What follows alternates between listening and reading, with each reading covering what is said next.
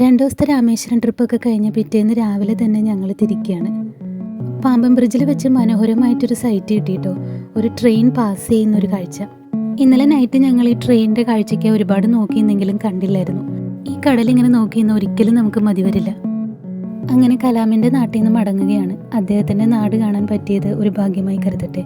November മുതൽ April വരെ മാസങ്ങളാണ് Rameswaram visit ചെയ്യാനായിട്ട് നല്ല സമയം. നല്ല ക്ലൈമറ്റാണ് ഇവിടെ.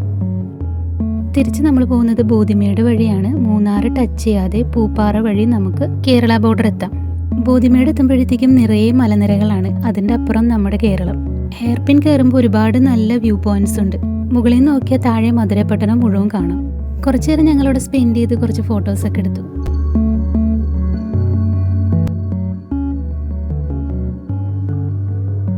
സന്ധ്യ ആയപ്പോഴേക്കും പൂപ്പാറയൊക്കെ കവർ ചെയ്തു കേട്ടോ. ഇനിയും 3 മണിക്കൂറുണ്ട് വീട്ടിലേക്ക്. നൈറ്റ് ഒരു 10 മണി ആയപ്പോഴത്തേക്കും ഞങ്ങളൊരു തട്ടുകടയിൽ ഫുഡൊക്കെ കഴിക്കാൻ കയറി. അങ്ങനെ ഏകദേശം ഒരു 11 മണി ആയപ്പോഴാണ് കേട്ടോ ഞങ്ങൾ വീട്ടിലെത്തിയത്.